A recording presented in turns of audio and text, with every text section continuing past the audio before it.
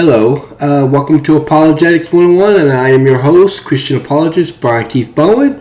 We are so happy that you are here today. We have a treat for you because we're going to be doing The Fallen Part 2 of my series. Last time we dealt with something very sad involving a particular Christian apologist who had fell hard from his vocation, and we had to discuss that situation.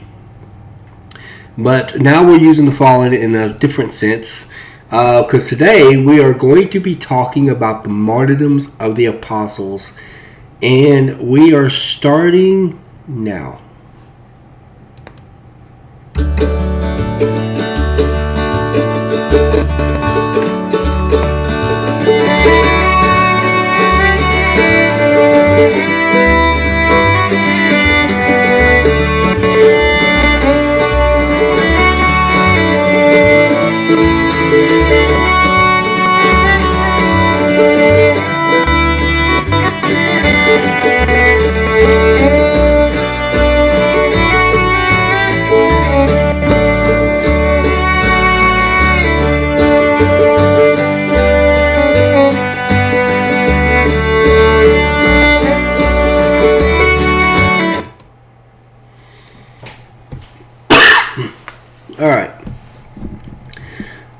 I want to start out by apologizing for not having a video last few weeks. It's been crazy. It has been crazy. Originally, I had produced a video, but I had some technicalities with OBS because I was still learning it, and somehow my PowerPoint presentation didn't go very well. So I decided to redo it, and then I went on vacation from work, and we've been out of town, got our income tax return, and it's just been crazy. It's been one thing after another. I stayed gone most of last week. My child's birthday was last week, and I'm still. I'm almost. This is my last day of my vacation, so I'll be back at work tomorrow, and it's just been a ride. It really has. And I've also started a new YouTube channel, actually. I did make another YouTube channel. This one was centered, not particularly catered to Christian apologetics. This one's more centered around virtual reality. It's one of my hobbies. I like virtual reality games and stuff like that. And I think everybody should have a hobby. Some people have this misconception of Christians, like somehow we just live in a box and we never have any fun, and that's not true. We do normal stuff and everything else. We're not like aliens from another planet and disconnected from society or whatever. Something like sometimes people picture the Mennonites or something of that nature, but we're not like that. So I think everybody should have a hobby of interest. I got a few interests of mine. I've also been doing some extensive study on oral cultures and things like that of the first century, because that's something that I've been seriously involved in. I've got lots and lots of books on the subject matter, and I've been and ultimately I'm planning on writing a book out of it. I'm not going to really reveal at this time what that is, but I do plan on producing something from that. I also graduated Liberty University with an associate's degree. I'm going back for my bachelor's degree. I already got pre-registered for the last 6 classes that I have left to do my bachelor's. But I went ahead and got my associate's degree. You can see it here from Liberty University. I'm very proud of the fact that I got this thing right here. I worked really hard on it. Of course, having a degree doesn't make me right or anything, but I do want to be educated on these things, and I do want to actually pursue a field within the area of Christian scholarship, New Testament scholarship, historical studies, Christian apologetics, etc. And so that's some good news. And like I said, it's been crazy. I'm fixing to go back to work, so and I'm fixing to go back to school, so things might be a little bit hectic on my videos. And if they are sporadic, where I'm not able to get out a video every week all the time, please just have patience with me. Um, Show some forgiveness. Understand that sometimes it's just difficult to really focus on trying to get everything together, and I'm very committed to this, of course, but you still have a lot being thrown at you at one time, and you're trying to take care of your family, and so it's very, very difficult. But if you are interested in games and virtual reality, I do suggest you check out my other channel. It's called The Next Level of VR, and it is highly techy. It is very techy. And if you know anything about me, I'm very technological challenged. I love technology. I like it. I use it all the time. I've got this brand new microphone that should make me sound 10 times better, or 1,000 times better than that rinky-dink thing I had used before. And so this microphone is much, much better and makes me sound much, much better. And I am actually getting much more the hang of OBS as well, and so I'm getting there. But it is a learning curve for me for technology. So this one's going to be a little bit more technological. So it's going to be a little bit more challenge for me to try to get that underway. And I've got some cool stuff coming in, and some cool videos I'm going to be making in that. It won't be geared toward Christianity or Christian apologetics. It'll be geared toward a different kind of audience, mainly for the purpose of virtual reality. Because, like I said, that's something that interests me. It's a hobby of mine. It's something that I really like. I really like doing. I really have fun playing my Oculus Quest and virtual reality. But on this channel, of course, we deal with Christian apologetics, and I have been doing the following. Because remember, the last time I did the first one was the video on Ravi Zacharias, the fallen Christian apologist, over what happened there. I didn't really like having to make that video. People don't make videos like that because they want to. They have to. It's a necessity. It's something that we have to discuss and talk about. But today, on a more lighter note, I'm using the word fallen in a different sense. Well, I say lighter. Obviously, dying is still not good, but they didn't fall spiritually or anything. So they died a martyr's death. They died for what they were convinced were true.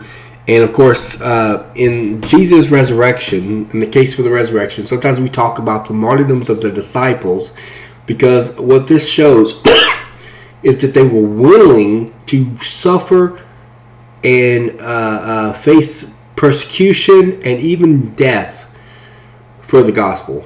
And this doesn't make what they believe to be true, but it does mean that they were convinced that it was true. Because like Mike Lacona likes to say, liars make poor martyrs.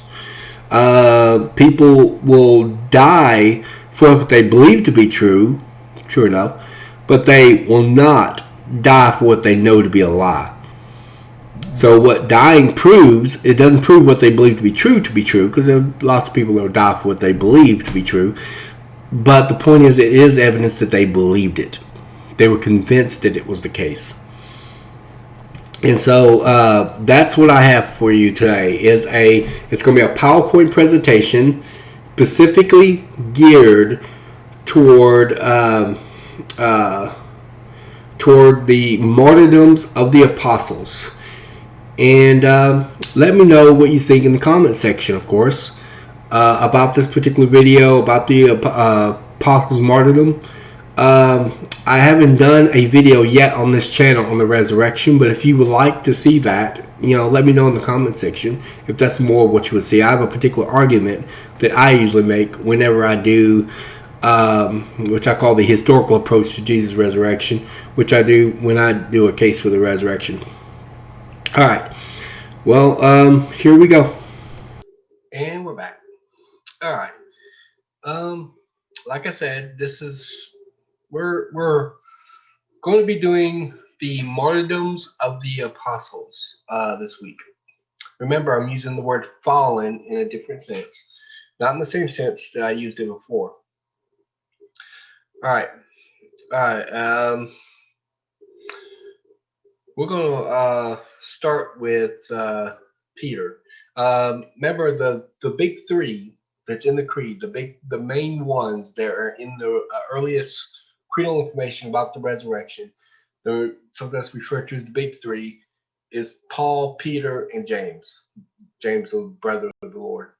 So you got those three that are that we have early evidence for their martyrdoms.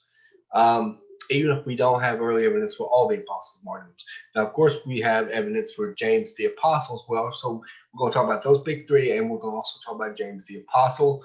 Um, like I said, we're going to talk about James the Lord's brother, who's counted as an apostle by Paul because he was a witness to Jesus' resurrection. Because he didn't believe that Jesus was the Messiah until after Jesus' resurrection. That's the implication being is the resurrection is what convinced them that Jesus was indeed who he said he was. All right, and of course we got Paul and we got Peter, and so sometimes it gets attacked. Skeptics will attack it and say, no, even though uh, even though Paul and James are not really apostles, and we all have one apostle. No, of course we actually have at least two early evidence. Now, I think we might can add a few others, but even then, we know that the disciples were at least willing to die for what they believe, and all you really have to do is show the willingness of the disciples to face the martyrdom.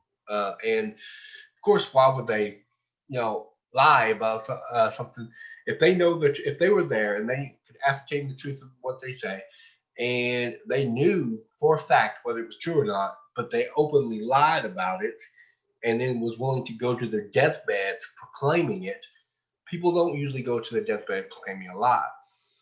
Um, they will proclaim a false belief, maybe, that a particular belief might be false or something, but they really believed it. Their dying for it is evidence that they at least really was convinced that what they were saying was true.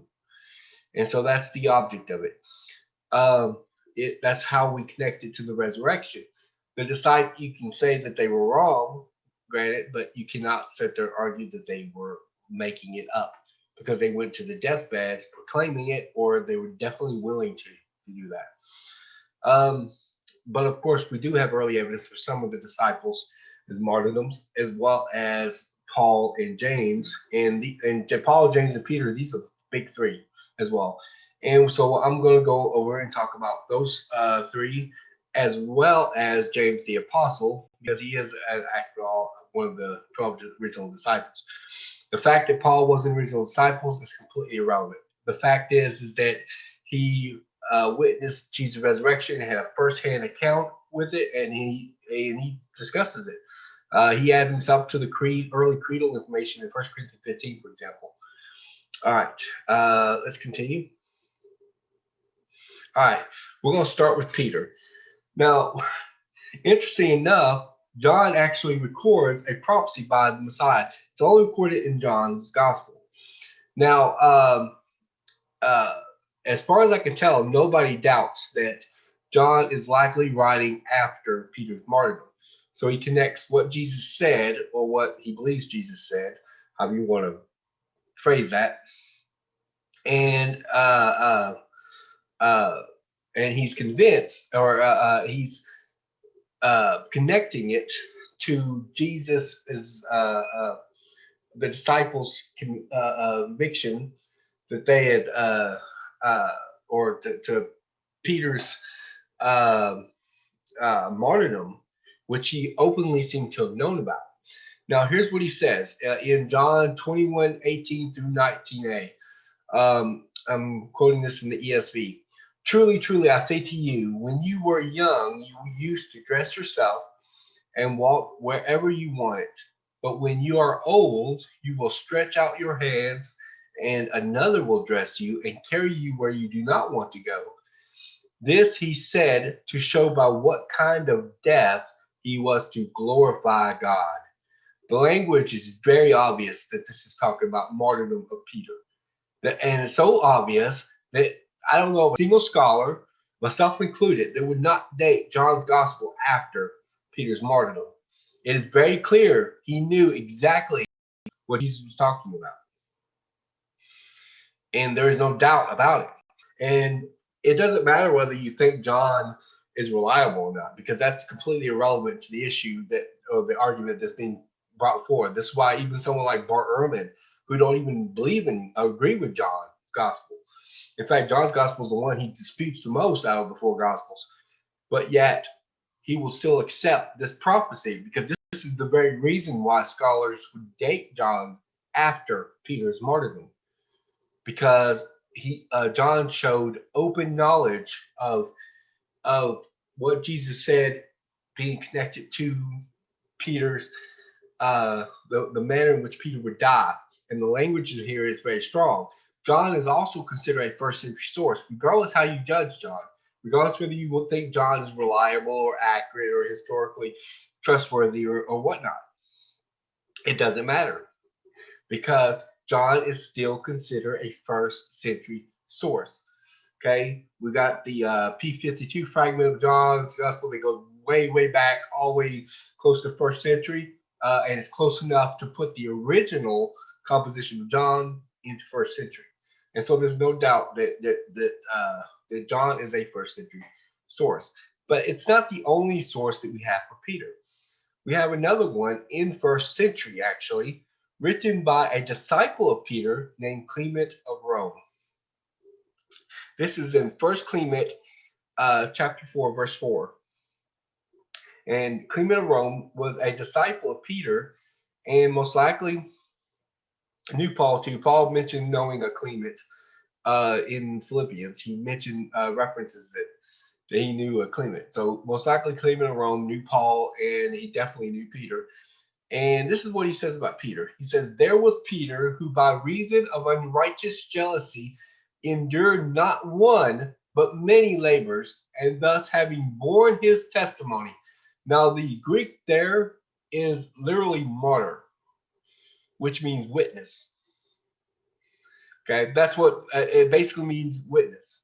It's the word martyr means witness, and this was before it was actually being used to reference people who were dying for what they believe.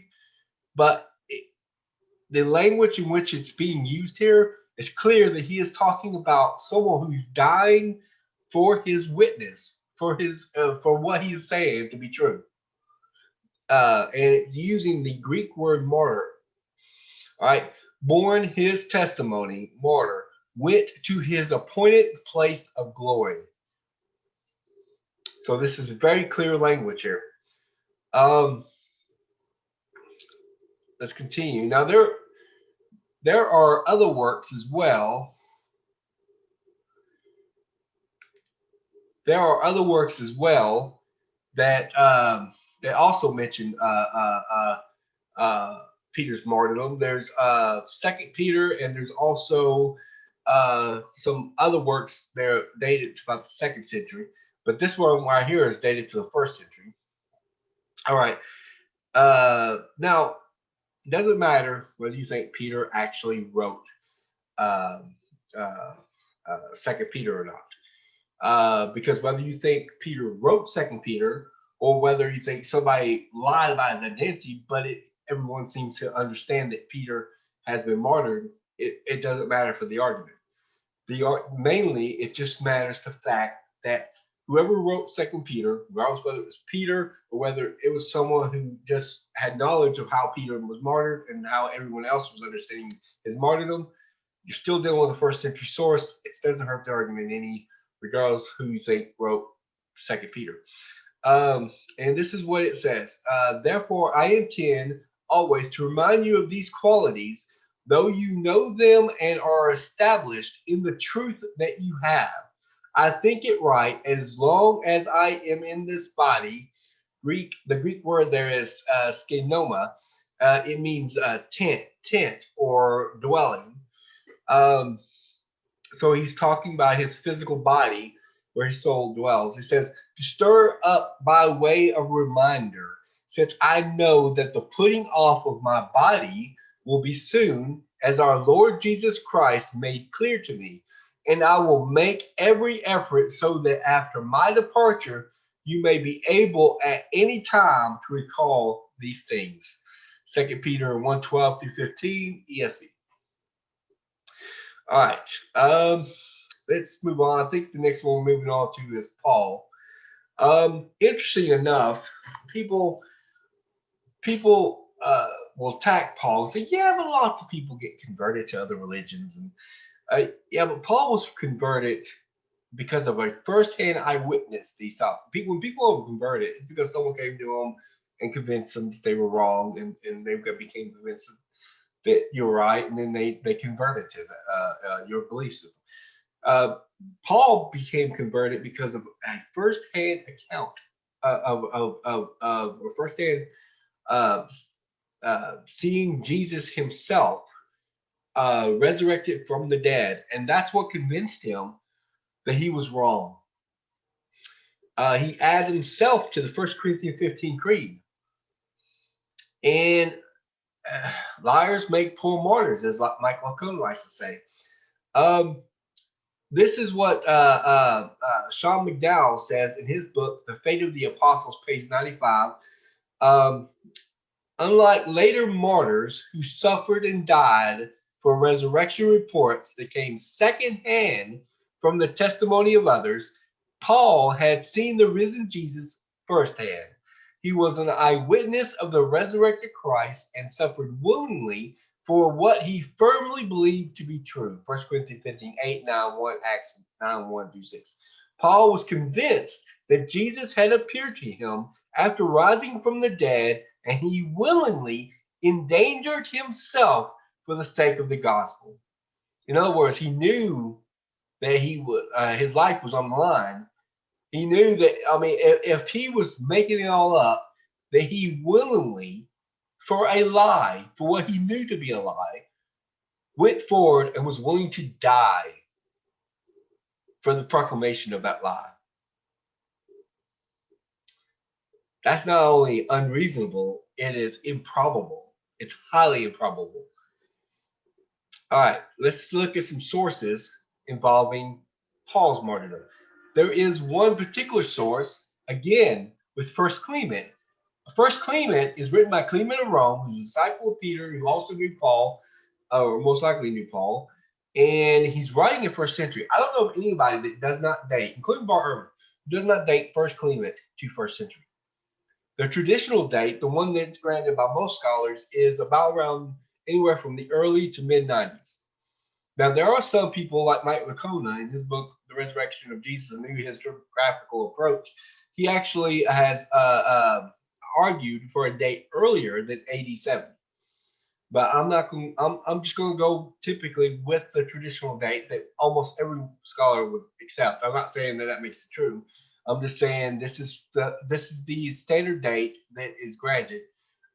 Even people that are non-Christian scholars would grant this date, like Bart Ehrman, for example. And Bart Ehrman, in his book Lost Christianities, I think he talks about that. I got it, the book over there. He talks about this as well, about the dating of First Clement, and he dates it to the 90s. So this is a first century source. So this is so let's see what First Clement, chapter 4, verses 5 through 6 says about Paul's martyrdom. By reason of jealousy and strife, Paul, by his example, pointed out the prize of patient endurance. After that, he had been 7 times in bonds, had been driven into exile, had been stoned, had preached in the east and the west. He won the noble renown, which was the reward of his faith, having taught righteousness unto the whole world, and having reached the farthest bounds of the west, that's reference to Rome, and when he had borne his testimony, again, martyr, very strong language here, before the rulers, So he departed from the world and went into the holy place, having been found a notable pattern of patient endurance. And so it is very clear that Paul faced martyrdom. And if you look at, I believe it's in Second Corinthians, Paul gives a laundry list of situations that he's been through. He talks about being beaten with rods and shipwrecked and all sorts of other things happening to him. He's been arrested. He had all these bad things happen to him, but yet he labored on for the gospel. So if he lied about it, he was willing to go through all those sufferings, all those persecutions, all those hardships, and was willing to ultimately face death and would end up dying a martyr for something he knew to be a lie. Again, not only is it unreasonable, it is highly improbable. All right. Okay, this is a citation. I think it's from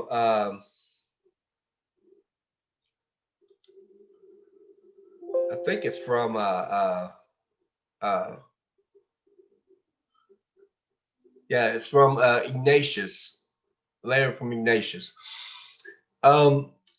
Okay, and this is what Ignatius says: I know both who I am and to whom I write.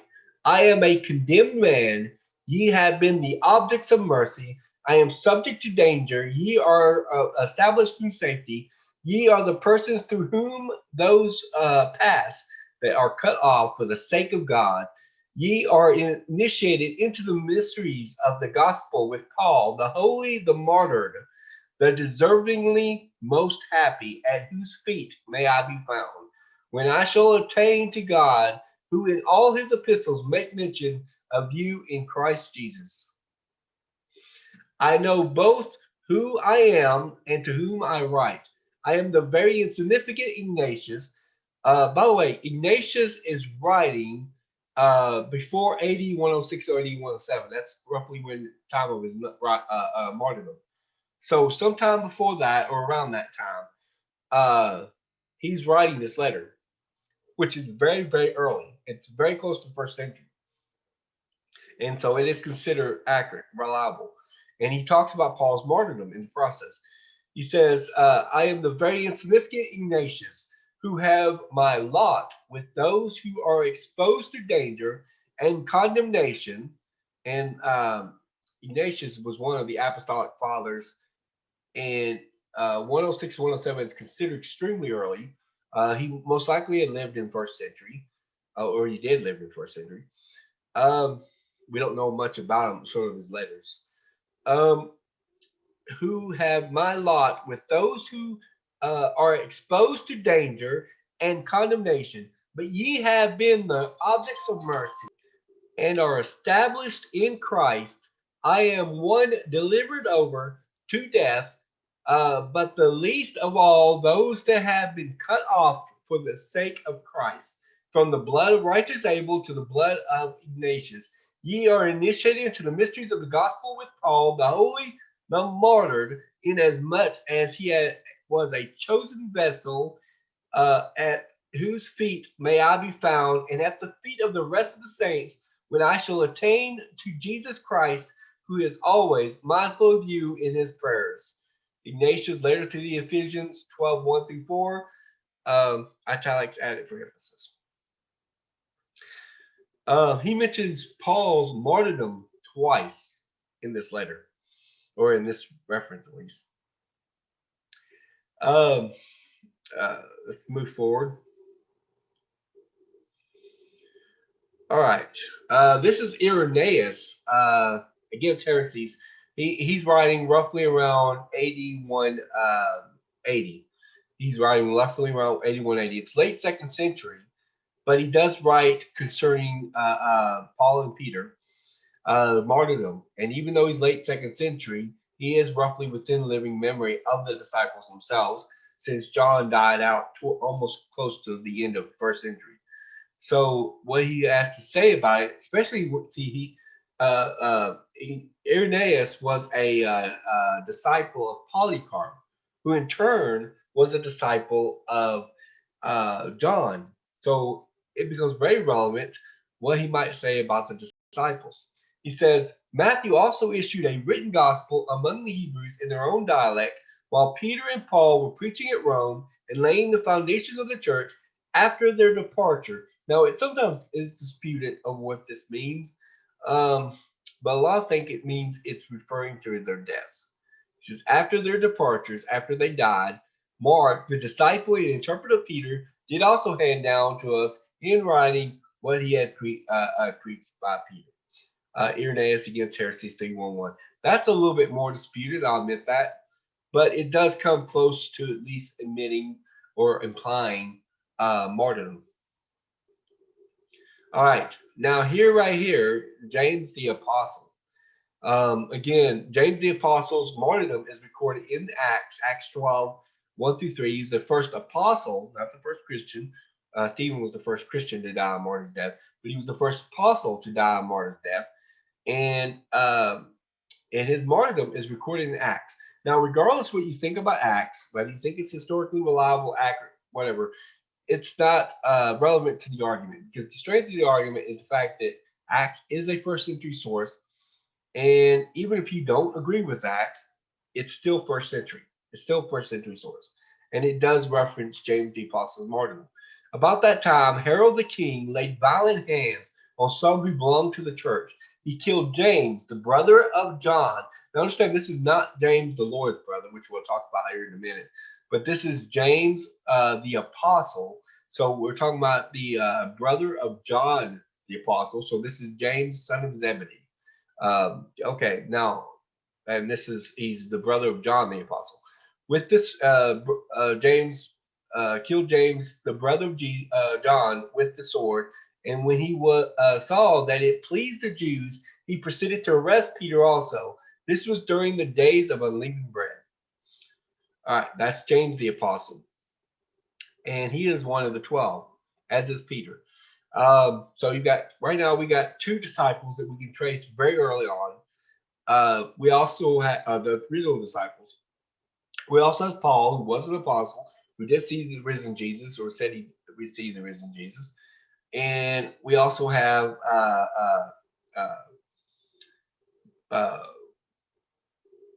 we also have James, the Lord's brother, which is coming up next. All right, this is James, the Lord's brother. Okay, the half brother of Jesus Christ. It says Festus. Okay, this is from Josephus. Festus was now dead, and Albinus was but upon the road. So he assembled the Sanhedrin of judges and brought before them the brother of Jesus, who was called Christ, whose name was James, and some others, or some of his companions. And when he had formed an accusation against them as breakers of the law, some translation says blasphemers. So basically, this is clear that this is a martyrdom, because James was a Christian and he was proclaiming Jesus as the Messiah. And this would qualify under Jewish law as blasphemy. He says he delivered them to be stoned, but as for those who seemed the most equable of the citizens, and such as were the most uneasy at the breach of the law. That's Josephus, Antiquities 29:1. Josephus, a first century Jewish historian, by the way. And this passage right here is undisputed by Josephine scholars.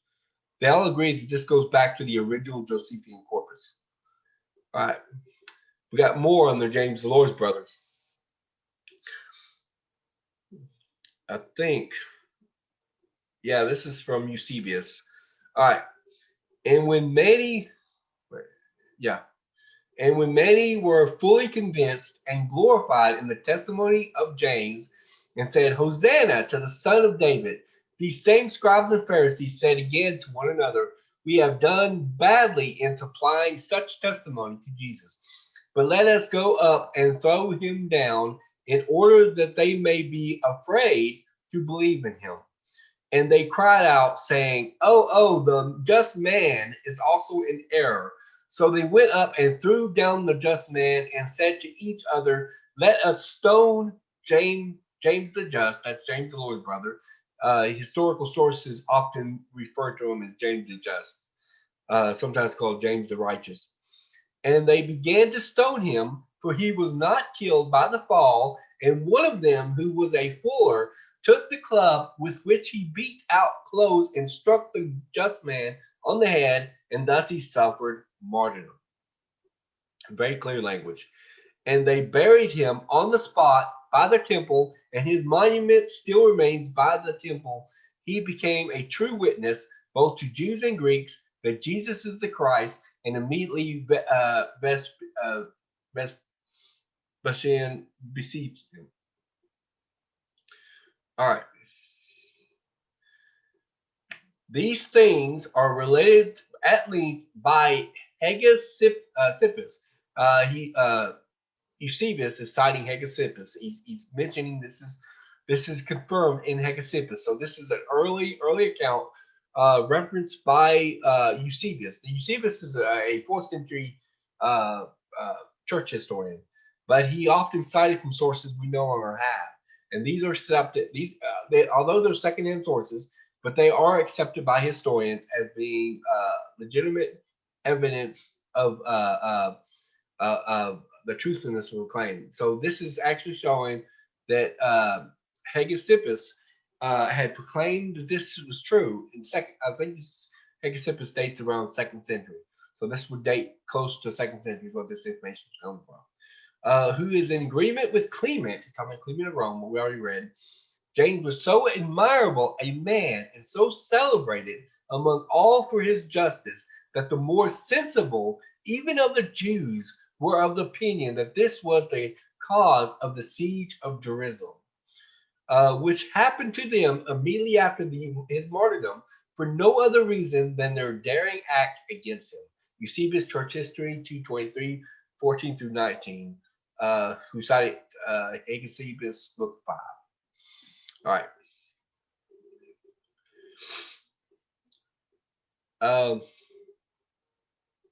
Now Eusebius also said, but Clement in the sixth book of his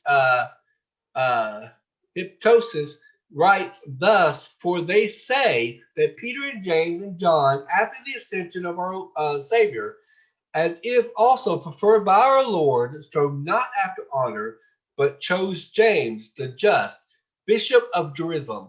But the same writer in the 7th book of the same work relates also the following things concerning him. The Lord, after his resurrection, imparted knowledge to James the Just and to John and Peter, and they imparted it to the rest of the apostles, and the rest of the apostles to the 70, of whom Barnabas was one. But there was 2 Jameses, one called the Just, who was thrown from the pinnacle of the temple and was beaten to death with a club by a fuller, and another who was beheaded. The beheaded was John the Apostle. This is Eusebius Church History 2, 1 through 4, as cited by Clement of Alexandria in Hyptosis. That Eusebius is citing Clement of Alexandria, who lived around late 2nd century. And again, this is still within living memory of the disciples themselves.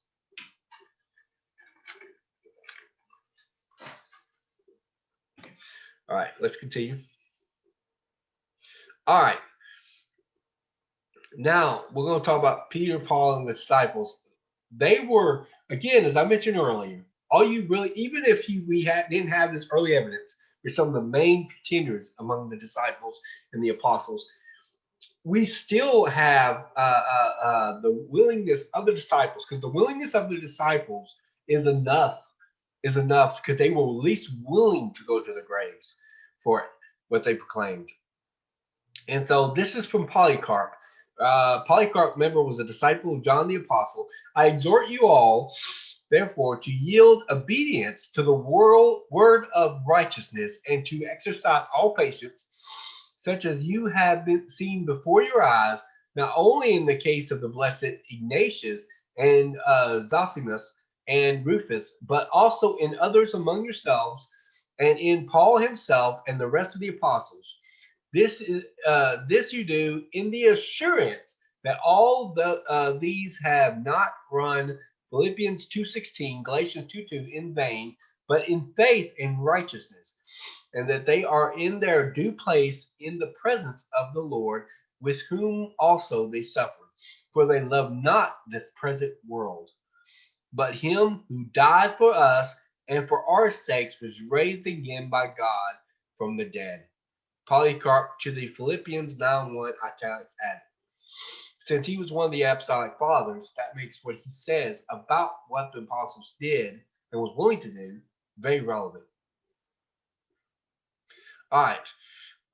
This is the last one on the willingness of the disciples I'm going to cite. There's actually quite a bit other literature out there. In fact, the transformation of disciples is well documented. For I know that after his resurrection also he was still possessed of flesh, and I believe that he is so now. When, for instance, he came to those who were with Peter, he said to them, lay hold, handle me, and see that I am not an incorporeal spirit. And immediately they touched him and believed, being convinced both by his flesh and spirit. For this cause also they despised death. That means they went against death. It's like after this, it transformed them to the point where they were willing to sacrifice their life for what they were proclaiming. They despised death and were found its conquerors. And after his resurrection, he did eat and drink with them, as being possessed of flesh, although spiritually he was united to the Father. Ignatius' epistle to the Smyrnians, Smyrnians 3:1-2. And we're back. All right. Well, that's all I got for this video.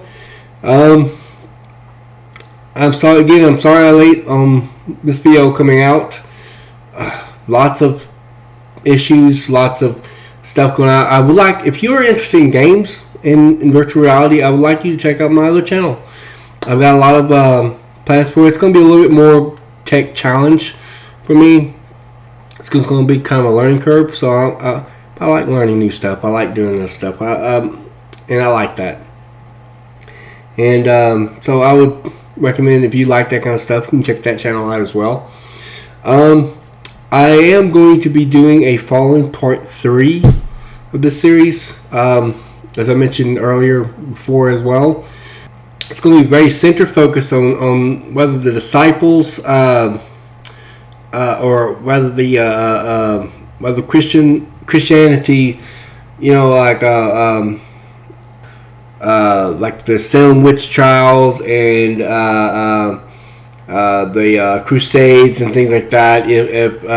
Because sometimes people point to these kinds of things and say, well, being a Christian must be bad because they've done all these atrocities. The fact that we do have made mistakes or something doesn't have nothing to do with the actual truthfulness of what we're proclaiming to be true. And so that's going to be awesome to watch. I may also be doing a video in between that. Maybe doing some kind of debate review possibly in between that. I said I was going to do one. The one I originally was going to do, and I'm not doing, but I might be doing another one possibly. And if I do, it'll be between this. I am going to bring out some more stuff from my next channel as well. And I'm going to be starting back work. So, you know, like I said, I'll probably be starting. I might be starting college again, maybe another month or so. So just be patient with me and understand that I am trying to get this content out to you. It just sometimes it's going to take a little longer sometimes. And sometimes things do happen. But I do appreciate it. I would like y'all to like and subscribe to this video, please. Alright.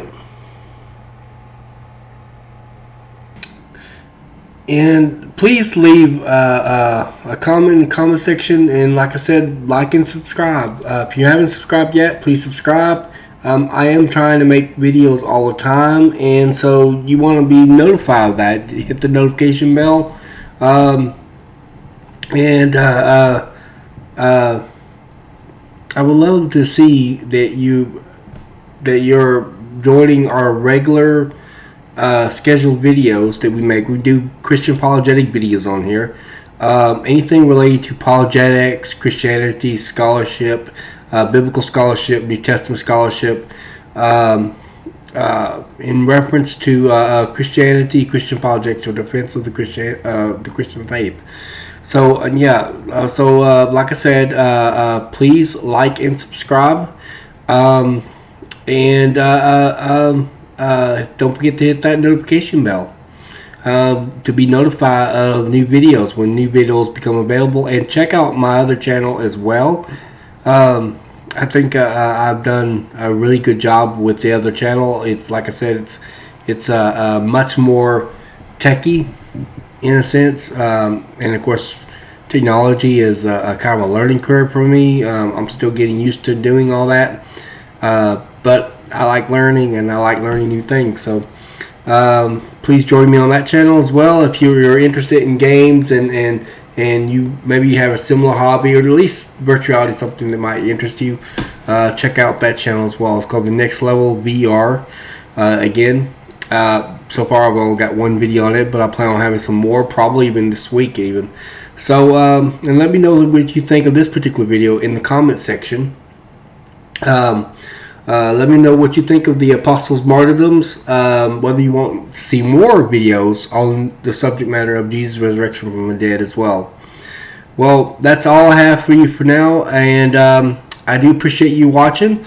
Again, in this channel, we're always trying to keep you in the know, because I think the skeptics tend to not give you the whole picture, or they'll give you a very distorted view of it. And so I always try to keep people in the know, because I'm a really big believer in knowing the truth and knowing the whole story, and knowing all the facts. Because I believe that you must always learn the facts the critics don't want you to know. Thank you for watching.